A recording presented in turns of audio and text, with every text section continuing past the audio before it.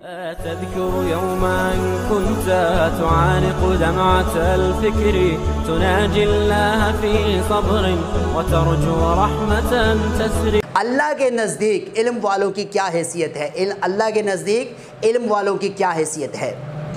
اللہ تبارک و تعالیٰ نے جب تخلیق کی انسان کی، جب اللہ نے تخلیق کی انسان کی تو سب سے پہلے اللہ تبارک و تعالیٰ نے فرمایا وَإِذْ قَالَ رَبُّكَ لِلْمَلَائِكَةِ إِنِّي جَاعِلٌ فِي الْأَرْضِ خَلِيفَةً، کہ فرمایا اے فرشتوں میں زمین میں نائب بنا رہا ہوں، میں تو خلیفہ بنانے والا ہوں. تو فرشتوں نے فرمایا کہ اے اللہ تم ایسے کو پیدا کرتے ہو جو فساد کرے اور خون بہائے؟ تو اللہ تبارک و تعالیٰ نے ارشاد فرمایا قَالَ إِنِّي أَعْلَمُ مَا لَا تَعْلَمُونَ، کہ جو میں جانتا ہوں وہ تم نہیں جانتے. تو اللہ تبارک و تعالیٰ نے کیا کیا؟ وَعَلَّمَ آدَمَ الْأَسْمَاءَ كُلَّهَا ثُمَّ عَرَضَهُمْ عَلَى الْمَلَائِكَةِ، آدم کو نام سکھائے اور پھر اسماء سکھائے، پھر فرشتوں کے سامنے ان کو پیش کیا کہ اگر تم سچے ہو تو اس کے نام بتاؤ، ان کنتم صادقین. سورہ بقرہ ہے آیت نمبر 31-32 کے اندر کہ اگر تم سچے ہو تو اس کے نام بتاؤ.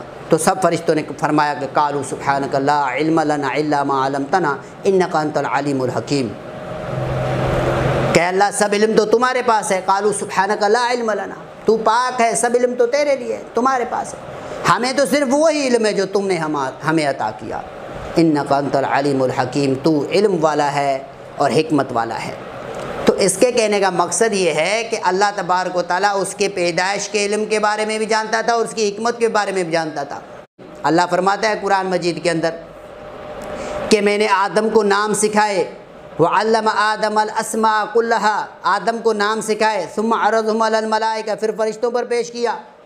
تو فرشتوں نے کہا کہ قَالُوا سُبْحَانَكَ لَا عِلْمَ لَنَا إِلَّا مَا علمتنا انک انت العلیم الحکیم، تو ہی علم اور حکمت والا ہے، تو پاک ہے، تو نے جو ہمیں علم عطا کیا.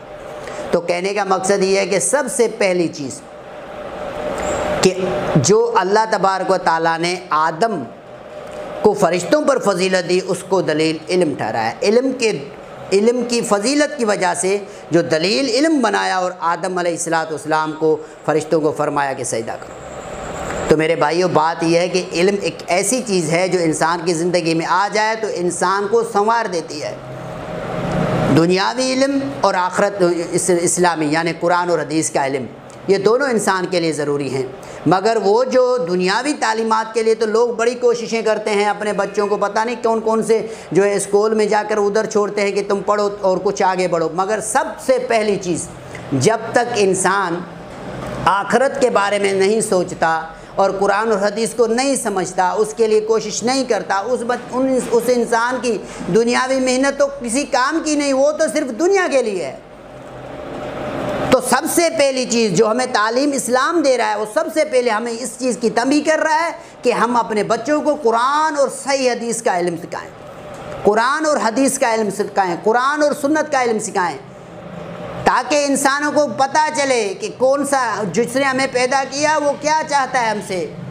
جس رسول نے ہمارے لیے تکلیفیں کھائیں، جس نے اپنے شہر کو چھوڑ کے مکہ کو مدینہ پہنچا، اس نے ہمارے لیے کیا پروگرام، کیا میسج چھوڑا ہے، کوئی پتہ ہی نہیں. لوگ اپنے بڑے بڑے اسکولوں میں جا کر اپنے بچوں کو جو ہے چھوڑ دیتے ہیں کہ بھائی آپ ادھر پڑھو، مگر قرآن سے بالکل وہ خالی ہے، ان کو نماز تک ٹھیک سے پڑھنی نہیں آتی. ذمہ دار ان کے ماں باپ ہیں جو انہیں قرآن اور حدیث کے جو ہے تعلیم نہیں دیتے، وہ خود بھی پڑھے ہوئے نہیں ہیں، اور وہ بھی اس وجہ سے کہ انہوں نے اسلام سے دوری اختیار کی. اس وجہ سے ہم سب مسلمان آج اس نیکی کے کاموں سے، بھلائی کے کاموں سے دور ہیں. تو میرے بھائیو بات یہ ہے کہ اللہ تبارک و تعالیٰ بھی علم کے بنیاد بنا کر حضرت آدم علیہ السلام کے بارے میں فرشتوں کو فرمایا کہ اس کو سجدہ کرو. تو علم ایک ایسی چیز ہے جو انسان علم حاصل کرے گا وہی آگے بڑھے گا. جو علم جس انسان کے اندر ہے وہ دراصل انسان ہے، اور ہم سب کو یہ چاہیے کہ ہم اسلام کو پڑھ کے اچھے طریقے سے قرآن حدیث کو پڑھ کے پھر اس پر عمل کریں اور جو ہے آگے بڑھیں. جو انسان قرآن اور حدیث کے مطابق عمل نہیں کرتا وہ اپنی آخرت کو برباد کر رہا ہے.